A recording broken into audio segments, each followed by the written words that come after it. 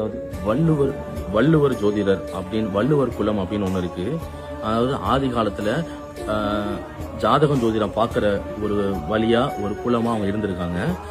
இப்பவும் எல்லார் வீட்லயும் ஜாதகம் ஒண்ணு எழுதியிருந்தா அது வள்ளுவன் அவங்க கையால தான் எழுதப்பட்டிருக்கும். நீங்க என்ன விசாரிச்சு பாருங்க, உங்க தாத்தா பாட்டி அவங்களுக்கு கண்டிப்பா தெரிய வரும். அப்போ இவங்களுடைய அம்சம் என்னன்னா, உண்மையான வள்ளுவர் ஜோதிடர்கள் அப்படிங்கிறது அவங்களுக்கு ஒரு மொழி இருக்கு. அந்த பேர் வாஞ்சி அப்படின்னு சொல்லுவோம்.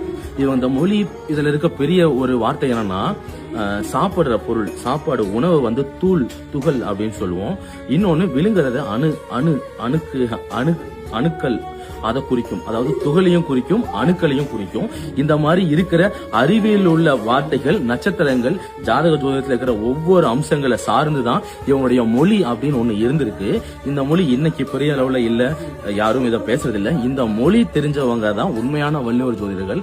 அதுலயும் இந்த ஜாதகம் ஜோதிடம் அப்படிங்கிறது 4 வேதம், 6 சாஸ்திரம், 9 கோள், 12 ராசி, 18 புராணம், 27 நட்சத்திரம், 28 ஆகமம், 48 மண்டலம், 64 கலைக்காலம், 96 தத்துவம், 108 பிண்டம், 234 புவனம், 1008 அண்டம். இவ் அனைத்தும் இசைந்த சப்த சதல அதல விதல சுதல பாதாள மகாதல தராதல 14 லோகம், 33 கோடி தேவர்கள், 8000 ரிஷிமார்கள், கருடர், கம்புருடர், சித்த வைத்தியர் ஆகியோர் பயந்து வேந்து கண்டு நடுங்கும் பூர்வீக மண்ணிலே பதிந்திருக்கும் பாதாள பைரவ தேவியோட வருகையே ஜாதகம். ஒரு குழந்தை பிறந்து ஜாதகம் எழுதுறன்னா பாதாளத்துல இருக்க பைரவ தேவி இந்த பூமியில காலடி எடுத்து வைக்கிறா அப்படின்னு அர்த்தம். இது எல்லாம் ஒண்ணு சேர்ந்தாதான் ஜோதிடம் அப்படிங்கிறது. என்ன ஒளி, சக்தி, சிவன், இவங்க 2 பேரோட ஆசீர்வாதம் தான் ஜோதிடம் அப்படிங்கிறது.